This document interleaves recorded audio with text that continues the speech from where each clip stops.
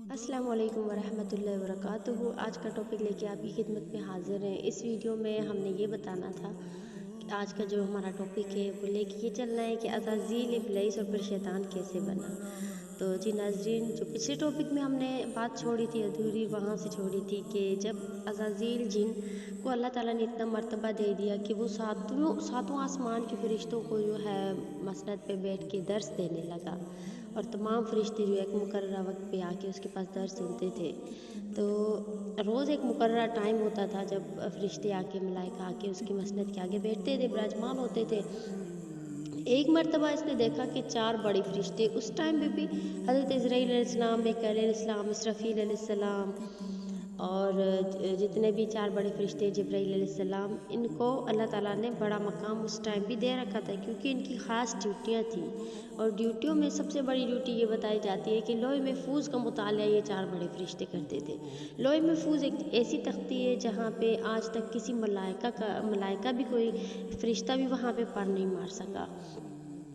یہاں تک بتایا جا سکتا ہے، مورخین نے لکھا ہے کہ لوح محفوظ میں اللہ رب ذوالجلال اپنی مرضی سے جو لکھتے سو لکھتے، وہاں پہ ملائکہ کی بھی ضرورت نہیں ہے کہ وہ جائیں اور اس کو بدل سکے۔ پھر اس میں اللہ رب ذوالجلال نے اٹل فیصلہ لکھ دیا کہ وہاں پہ جب مسند کے آگے نہیں یہ 4 فرشتے ہوتے تو عزازیل پوچھتا ہے کہ یہ 4 بڑے فرشتے کہاں چلے گئے؟ تو جب دوسرے فرشتے کہتے ہیں کہ واقعی آج وہ آئے نہیں ہیں، تو کہتے ہیں کہ اتنے میں وہ 4 بڑے فرشتے آئے اور انہوں نے جو ہے بہت شرمندگی والی صورت، بہت زیادہ رونے والی صورت بنائی ہوئی تھی۔ تو سارے فرشتوں نے پوچھا کہ آج ہوا کیا ہے جو اس طرح ان کی حالت جو ہے وہ پریشانی والی ہے؟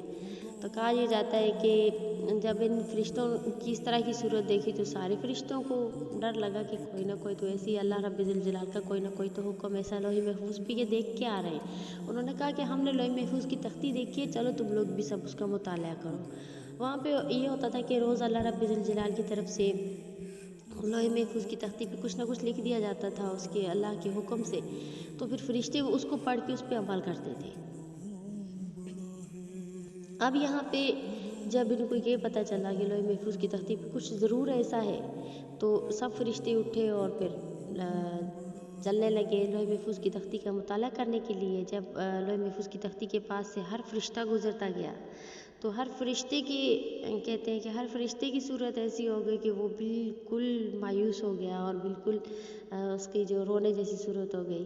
تو اب عزازیل جن کو پتہ چلا کہ یہ سب اٹھ کے گئے ہیں تو اس کو بھی جانا پڑا۔ جب اٹھ کے وہ گیا اور اس نے کہا کہ تم سب فرشتے اتنے پریشان کیوں ہو؟ اس نے کہا سب فرشتوں نے کہا استاد محترم آپ چل کے خود دیکھ لیجئے کہ ہم پریشان کیوں ہیں۔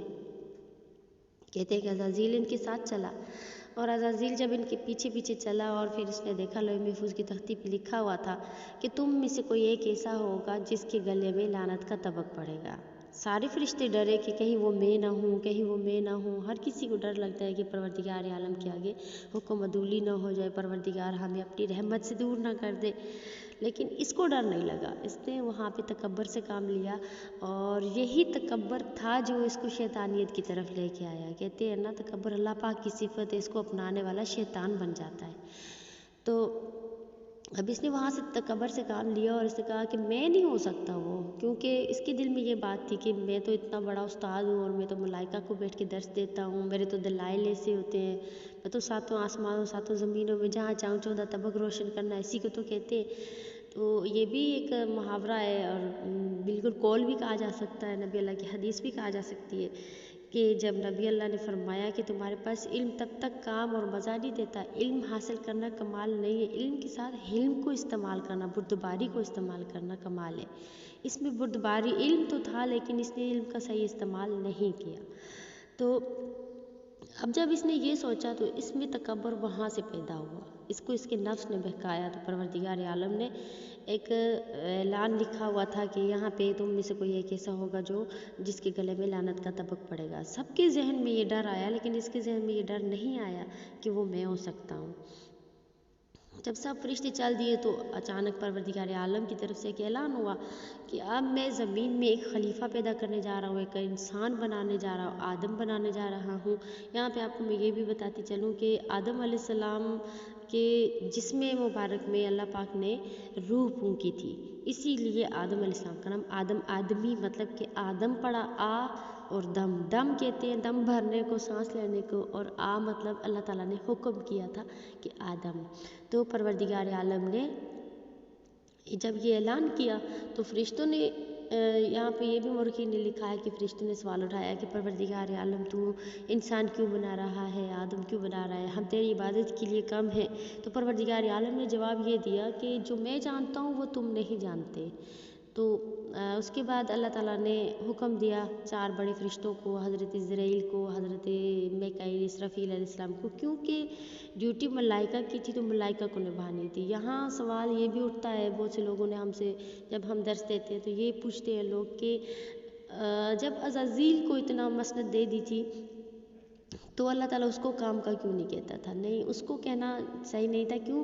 کیونکہ وہ جن تھا، اور جنوں میں سے تھا. پروردگار عالم نے سورہ بقرہ میں بھی ارشاد فرمایا وما کان من الجن، کہ وہ جنوں میں سے تھا لیکن ڈیوٹی یہ ملائکہ کی تھی. تو 4 بڑے فرشتے جو حضرت عزرائیل علیہ السلام، میکائیل علیہ السلام، اسرافیل علیہ السلام، جبرائیل علیہ السلام، اللہ نے ان کو یکے بعد دیگرے جو ہے حکم دیا کہ زمین سے مٹی لے کے آؤ تاکہ میں ایک آدم پیدا کروں، ایک انسان بناؤں.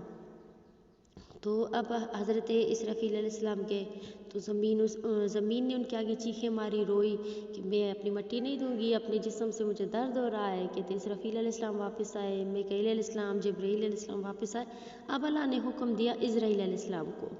اب آج کا ٹاپک میں یہاں تک ختم کروں گی. انشاءاللہ اگلی ویڈیو میں آپ سنیں گے کہ اسرائیل علیہ السلام کو ملک الموت بننے کا حکم اللہ تعالیٰ نے کب اور کیسے دی.